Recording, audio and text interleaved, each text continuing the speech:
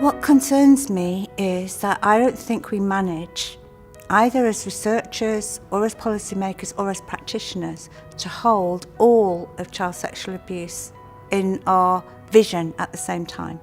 So we either focus on sexual abuse in the family, or we focus on sexual abuse in institutions, or now currently we're focusing on child sexual exploitation, and we don't seem to be able to know and respond to all of it simultaneously. It's a problem for children and it's a problem for adult survivors because it means our eye is only on part of the ball. And so if you're experiencing what's not in the public and policy imagination at that time, then you're forgotten. There are not responses that are appropriate to your situation. We were actually quite excited to partner up in the original bid and to have conversations with them about what their priorities were and our priorities, which were slightly different in terms of where we thought there were gaps in knowledge that we needed to address. I think people think we know everything, or they think we should know everything, and actually we don't.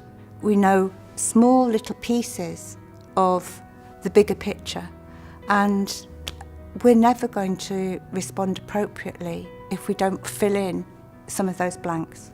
One of the things I think we need is to do a dedicated prevalence survey, which is a survey of the general population about what their experiences were, how old they were, what happened to them, how many times, who was it who did it, who did they tell, how did they respond, what would have made it easier for them to tell, what kind of support needs do they have that aren't met now.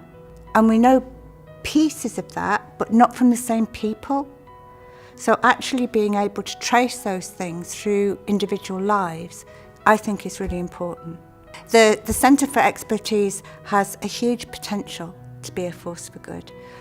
And I think the fact that they're having conversations with universities, with practitioners, with policymakers, and trying to bring that into a shared idea of what we need to make more of a difference in the lives of children, young people and adult survivors.